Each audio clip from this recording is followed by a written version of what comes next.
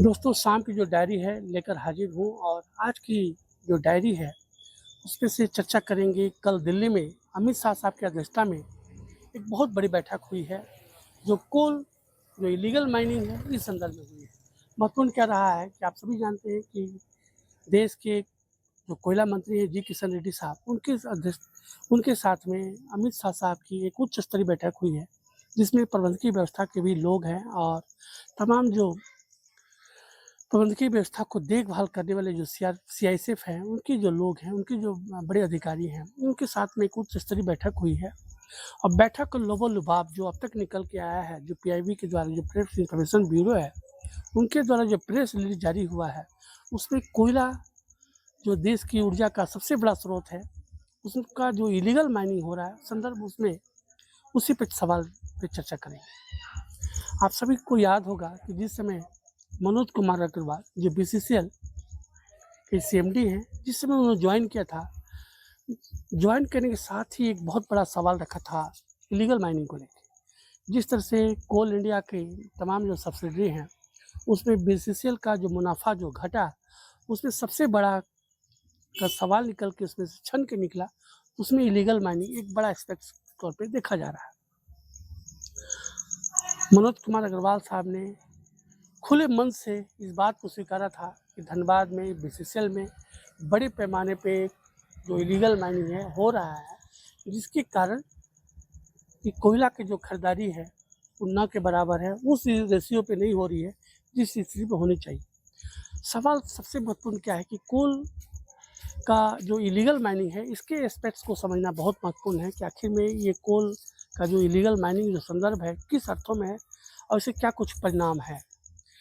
तो दोस्तों कोयला की पत्रकारिता करते हुए इतना जरूर समझ में आया है कि क ख ग घ ए बी सी डी जब तक कि खाकी नहीं होगी, जब तक कि खादी नहीं होगी, जब तक कि प्रबंधकीय व्यवस्था के जो लीडर हैं उसमें शामिल नहीं होंगे और जब तक जनप्रतिनिधि शामिल नहीं होंगे तब तक यह जो रैकेट है इसको नहीं चलाया जा सकता है। कहीं का भी जो इलीगल माइनिंग है इसको समझना बहुत महत्वपूर्ण है। कोयला खदानें अपने हिसाब से चलती हैं, लेकिन पॉलिटिकल दबिश, प्रबंधकीय व्यवस्था का लचीलापन और जो सिक्योरिटी जिनके जिम्मे है, अगर वो साइलेंट मोड में रहते हैं तो स्वाभाविक है कि उसका जो फ़ायदा है जो सिंडिकेट से जुड़े हुए लोग हैं वो उठाते हैं। अब महत्वपूर्ण रूप से सवाल आता है कि ग्राउंड पे जो लोग हैं जो कोयला तस्करी में काम करते हैं, अगर उस हिसाब से चर्चा किया जाए तो उनकी जो स्थिति है कुछ बदलाव की तरफ से बहुत कुछ नहीं है, लेकिन जो सिंडिकेट को जो संचालित करने वाले लोग हैं उनकी जो कड़ी है वो बहुत महत्वपूर्ण रूप से इसमें शामिल हो जाती है। उनकी जो अप्रोच है बड़े लोगों के साथ में है, प्रबंधकीय व्यवस्था के लोग साथ में है, प्रशासनिक व्यवस्था के साथ में है। कई कड़ियाँ इसमें कड़ी दर कड़ी जुड़ी होती हैं, तब जाके एक इलीगल माइनिंग होता है। उसके बाद इलीगल माइनिंग के बाद कोयला का स्टॉक होता है, उसके बाद तमाम जो अन्यत्र जहाँ पे कोयला की बिडिंग होती है वहाँ भेजा जाता है, चाहे पावर प्लांटों में भेजा जाता है, चाहे मंडियों में भेजा जाता है। अब सवाल निकल के आता है कि इलीगल माइनिंग को रोका कैसे जाए। अभी हाल के दिनों में आप सभी ने देखा कि जो निरसा के विधायक हैं अरूप चटर्जी जो सीपीआई एमएल से हैं और जो वर्तमान के जो सांसद हैं ढुल्लू महतो के बीच में किस तरह से इलीगल माइनिंग को लेके एक दूसरे ऊपर जो आरोप प्रत्यारोप का जो दौर था वो देखने को मिला है। आप सभी ने देखा कि विधायक ने आरोप लगाया सांसद के ऊपर और सांसद ने आरोप लगाया विधायक के ऊपर इलीगल माइनिंग के संदर्भ में। और इसी बीच में एक गुर्गा है जो भगौड़ा है प्रिंस खान, उसका ऑडियो भी जारी हुआ। शुरुआत में उसने एसएसपी को चैलेंज दिया, उसके बाद विधायक के ऊपर और कल की जो मामला है उसने सांसद के ऊपर भी तमाम तरह की जो आपत्तिजनक जो वीडियो है, जो ऑडियो है, जो संदेश है अपने देने का काम किया है। अब आप इस कड़ी को समझिए कि ABCD तमाम प्रबंधकीय व्यवस्था के अपने दर्द है। प्रशासनिक दृष्टिकोण से बात करें तो माइनिंग क्षेत्र में सीआईएसएफ की पोस्टिंग होती है, जो सेंट्रल इंडस्ट्रियल सिक्योरिटी फोर्स है सीआईएसएफ, इनकी पोस्टिंग होती है। और इस बार जो गृह मंत्रालय के द्वारा जो MMDR एक्ट है, जो माइंस एंड मिनरल रेगुलेटरी जो एक्ट है, जो MMDR जो बनाया गया है, उसमें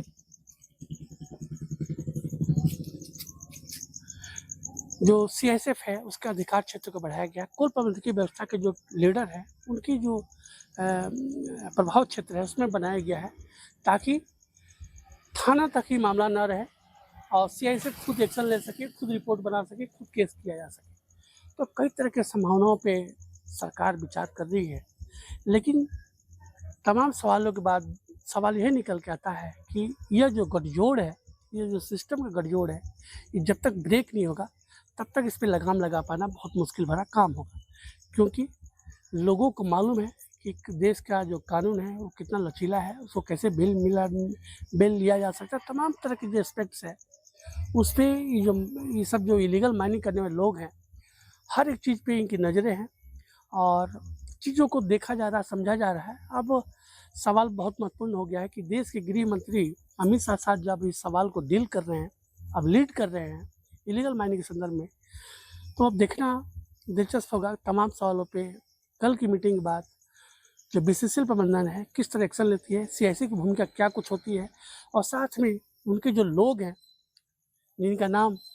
इलीगल माइनिंग में प्रमुखता से आते रहा है, चाहे वो छोटे नेता हों चाहे उनके बड़े चेहरे हों,